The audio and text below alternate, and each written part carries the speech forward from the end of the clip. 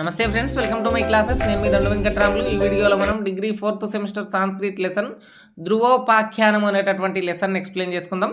ఈ పాఠ్యాంశం తెలంగాణ రాష్ట్రంలో ఉన్నటువంటి అన్ని యూనివర్సిటీలకు, అన్ని కాలేజీలకు 4th సెమిస్టర్ సాంస్క్రిట్లో ఉండడం జరిగింది. లెసన్ టైటిల్ నేమ్ ఒకసారి చూడండి, ధ్రువోపాఖ్యానము. ఇక్కడ ధ్రువుడు, ఉపాఖ్యానము అనేటటువంటి రెండు పదాల యొక్క కలయిక అన్నమాట.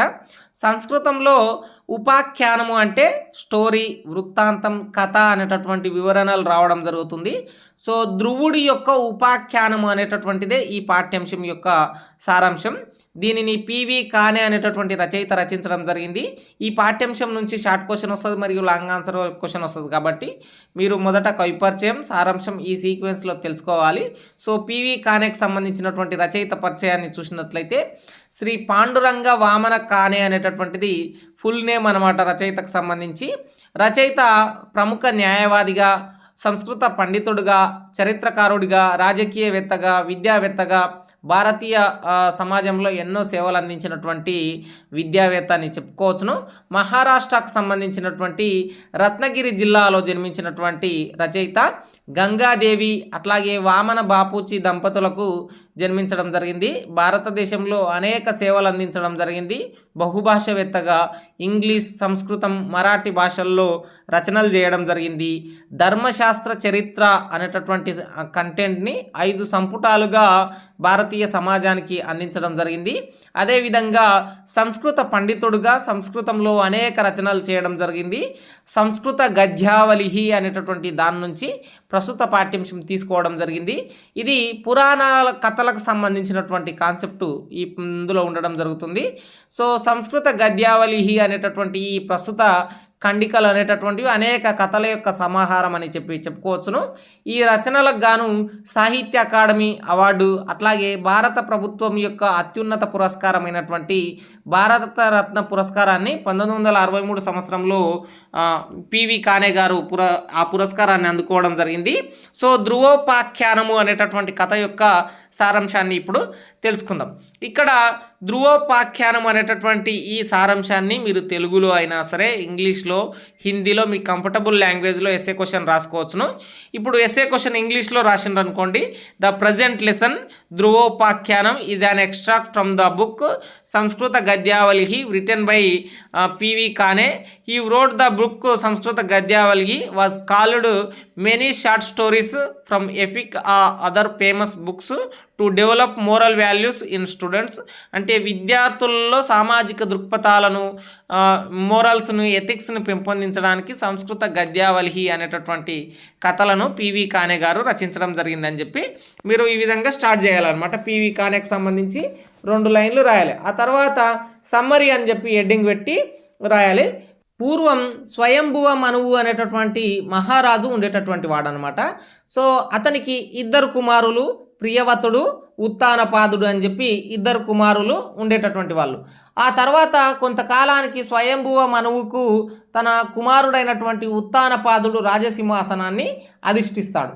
ఉత్తానపాదుడు ఒక పెద్ద రాజ్యానికి రాజు అవుతాడు. రాజసింహాసనాన్ని అధిష్ఠించి ప్రజలను నిత్యం కలుస్తుండేటటువంటి వ్యక్తి.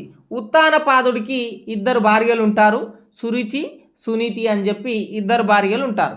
అయితే ఉత్తానపాదుడికి పెద్ద భార్య సురుచి అంటేనే చాలా ఇష్టం, చిన్న భార్య మీద అంత ఇష్టం ఉండదు. సో 2 భార్యలకు 2 కుమారులు జన్మించడం జరుగుతుంది. పెద్ద భార్యకు ఉత్తముడు అనేటటువంటి బాలకుడు, చిన్న భార్యకు ధ్రువుడు అనేటటువంటి బాలుడు జన్మిస్తాడనమాట. సో ఇక్కడ పెద్ద భార్య పుత్రుడైనటువంటి ఉత్తముడిని మాత్రమే ఎక్కువగా ఉత్తానపాదుడైనటువంటి మహారాజు ఇష్టపడుతుండేటటువంటి వాడు. సో ఉత్తానపాదుడి వద్దనే ఎప్పుడు తన భార్య, పెద్ద భార్య కూడా ఉండేటటువంటిది. ఒకరోజు రాజసింహాసనాన్ని అధిష్ఠించినటువంటి మహారాజు అయినటువంటి ఉత్తానపాదుడు తన పెద్ద భార్య కుమారుడిని సింహాసనం మీద తన ఒడిలో కూర్చోబెట్టుకుంటాడు. అయితే చిన్న భార్య కుమారుడైనటువంటి ధ్రువుడు కూడా సింహాసనాన్ని వద్దకు వెళ్తే రాజు యొక్క పెద్ద భార్య ఎప్పుడు పక్కలనే ఉంటుంది కాబట్టి ఆ పెద్ద భార్య అయినటువంటి సురుచి, అంటే చిన్న భార్య యొక్క కుమారుడైనటువంటి ధ్రువుడిని సింహాసనం వద్దకు వెళ్లకుండా తన యొక్క పెద్దమ్మ అయినటువంటి సురుచి అక్కడనే ఆపుతుందనమాట. ఆపి, ఓ ధ్రువుడా, నీకు రాజసింహాసనం ఎక్కేటటువంటి భాగ్యము, రాజు ఒడిలో కూర్చొని రాజసింహాసనం మీదుగా ఈ రాజ్యాన్ని చూసే హక్కు లేదు. కారణం ఏంటంటే నువ్వు నా గర్భంలో జన్మించలేవు, మీ అమ్మ గర్భంలో జన్మించావు కాబట్టి మీ అమ్మ అంటే రాజుకు ఇష్టం లేదు, నేనే ఇష్టం అని చెప్పి సురుచి చెప్తుంది అనమాట. సో ధ్రువుడు చాలా బాధపడతాడు. బాధపడి తన తల్లి అయినటువంటి సునీతి వద్దకు వెళ్తాడు. అమ్మ, మన పెద్దమ్మ అయినటువంటి సురుచి ఈ విధంగా నన్ను అన్నది, సోదరుడైనటువంటి ఉత్తముడికి మాత్రమే ఈ రాజసింహాసనం మీద నాన్నగారి ఒడిలో కూర్చున్నటువంటి హక్కు ఉందంట, నాకు లేదంట అని చెప్పి ధ్రువుడు తన తల్లి వద్ద చెప్పుకుంటాడనమాట. సో ఇప్పుడు ధ్రువుడి మాటలు విన్నటువంటి తల్లి సునీతి ఎవరు? రాజు యొక్క చిన్న భార్య ఆమె. సో ఆమె ఏం చెప్తుంది? నాన్న, నిజమే ధ్రువుడా, నీకు ఆ హక్కు లేదు, కేవలం దురదృష్టవంతురాలైనటువంటి నా గర్భంలో జన్మించడం చేతనే నీకు ఆ రాజసింహాసనం నాన్నగారి ఒడిలో కూర్చున్నటువంటి హక్కు లేదు అని చెప్పి, అంటే ఆమె సవతి సురుచి చూపించేటటువంటి ఇబ్బందులను ఆమె మనసులో పెట్టుకొని నీకు ఆ అదృష్టం లేదని చెప్పి ధ్రువుడికి, తన కుమారుడైనటువంటి ధ్రువుడికి చెప్తుంది. అయితే ధ్రువుడు ఏం నిశ్చయించుకుంటాడంటే, నా సోదరుడైనటువంటి ఉత్తముడికి లభించేటటువంటి సింహాసనం కంటే మా నాన్నగారు అధిష్ఠించి పాలిస్తున్నటువంటి ఈ రాజ్యం కంటే గొప్ప ఆసనాన్ని, గొప్ప పేరు ప్రతిష్టలని నేను పొందుతానని చెప్పి తల్లి అయినటువంటి సునీతి వద్ద ఆశీర్వాదం తీసుకొని అరణ్యంలోకి వెళ్తాడు. అక్కడ సప్త ఋషుల వద్ద కలిసి ధనము, రాజ్యము, భోగము కంటే నాకు మా నాన్నగారు అధిష్ఠించిన సింహాసనం కంటే గొప్ప ఆసనం కావాలని చెప్పి ఆ సప్త ఋషులను అరణ్యంలో వేడుకుంటాడు. సో వాళ్ళందరూ గోవిందుడి రూపమైనటువంటి శ్రీ మహావిష్ణువు స్తోత్రమును ఓం నమో వాసుదేవాయ అనుకో అని చెప్పి చెప్తారనమాట. సో ధ్రువుడు ఓం నమో వాసుదేవాయ అంటూ యమునా నది ఒడ్డును చేరి అక్కడ మధువన ప్రాంతంలో భీకరమైనటువంటి తపస్సును చేస్తాడు. ఇప్పుడు ధ్రువుడు ఏం కోరుకుంటున్నాడు? తన అన్న అయినటువంటి ఉత్తముడు పొందేటటువంటి రాజ్య సింహాసనం కంటే, తన తండ్రి పాలిస్తున్నటువంటి ఆ రాజ్యము కంటే, ధనము కంటే, భోగం కంటే, విలాసాల కంటే గొప్ప స్థానం కావాలని చెప్పి యమునా నది ఒడ్డున శ్రీ మహావిష్ణువును వేడుకుంటూ భీకర తపస్సును చేస్తున్నాడు. అయితే దేవతల రాజు అయినటువంటి ఇంద్రుడు, దేవతలు వాళ్ళందరూ భయపడతారు. ఎక్కడ మా సీటు కావాలని కోరుకుంటాడో ధ్రువుడు అని చెప్పి ఇంద్రుడు కూడా మొదట ధ్రువుడి వద్దకు వెళ్ళి ఆ తపస్సుని చెడగొట్టే ప్రయత్నం చేస్తాడు. ఆ తర్వాత దేవతలు కూడా చెడగొట్టే ప్రయత్నం చేస్తారు. వీళ్ళందరూ కలిసి శ్రీ మహావిష్ణువు వద్దకు వెళ్ళి ధ్రువుడి గురించి ఈ విధంగా చెప్తున్నారు. ఏమని చెప్తున్నారు?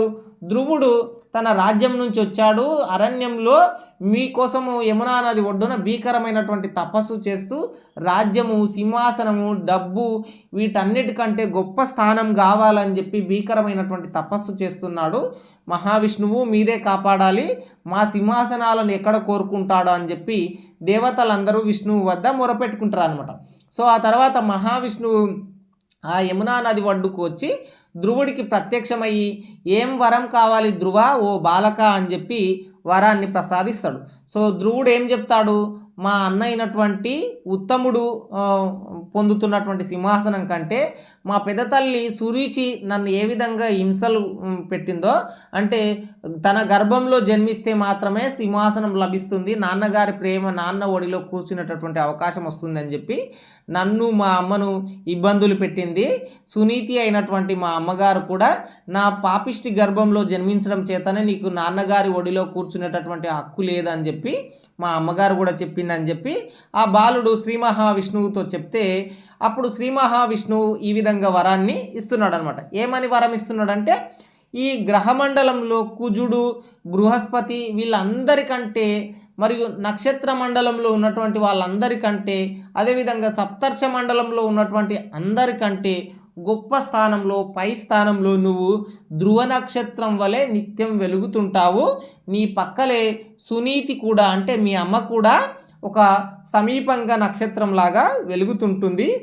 మీ సోదరుడైనటువంటి ఉత్తముడు, మీ నాన్న అయినటువంటి ఉత్తానపాదుడు సింహాసనాల కంటే గొప్పగా గ్రహమండలాన్ని దాటి, నక్షత్ర మండలాన్ని దాటి, సప్తర్ష మండలాన్ని దాటి ధ్రువ నక్షత్రంగా నువ్వు వెలుగుతావు అని చెప్పి శ్రీ మహావిష్ణువు ధ్రువుడికి ఈ విధమైనటువంటి వరాన్ని ఇస్తాడనమాట. సో ఏంటి కథ? ఉత్తానపాదుడికి ఇద్దరు భార్యలు, సురుచి, సునీతి. ఇద్దరు భార్యలకు ఇద్దరు కుమారులు, ఉత్తముడు, ధ్రువుడు. సో పెద్ద భార్య కుమారుడిని మాత్రమే రాజు తన ఒడిలోకి తీర్చుకుంటాడు. కానీ చిన్న భార్య కుమారుడైనటువంటి ధ్రువుడు బాధపడి అరణ్యంలోకి పోయి శ్రీ మహావిష్ణువు స్తోత్రము చేత ఎక్కువ రోజులు తపస్సు చేయడం చేత ధ్రువ నక్షత్రం వలె కీర్తి ప్రతిష్టలు పొందుతాడనమాట. సో మనం నార్మల్గా కూడా ధ్రువ నక్షత్రం అని చెప్పి పెళ్ళిళ్ళలో చూపించడము, పెళ్ళిళ్ళలో చదవడం, మంత్రాల మధ్యలో ధ్రువ నక్షత్రం ప్రస్తావన రావడం జరుగుతుంది. సో ధ్రువోపాఖ్యానం అనేటటువంటిది ఏంటంటే ధ్రువుడి యొక్క కథను తెలియజేయడమే. సంస్కృత గద్యావలీహి అనేటటువంటి శ్రీ పాండురంగ వామన కానే గారు రచించినటువంటి ఈ పురాణ కథల నుంచి ధ్రువోపాఖ్యానము ప్రస్తుతం పాఠ్యాంశం అని చెప్పి ఈ సారాంశం. సో ఐ హోప్ మీ అందరికీ సారాంశం అర్థమైందని నేను అనుకుంటున్నా. మీ ఫ్రెండ్స్ అందరికీ షేర్ చేయడానికి ప్రయత్నం చేయండి. సైనింగ్ అవుట్, నేను మీ దండ Venkatramulu. Please do subscribe my channel.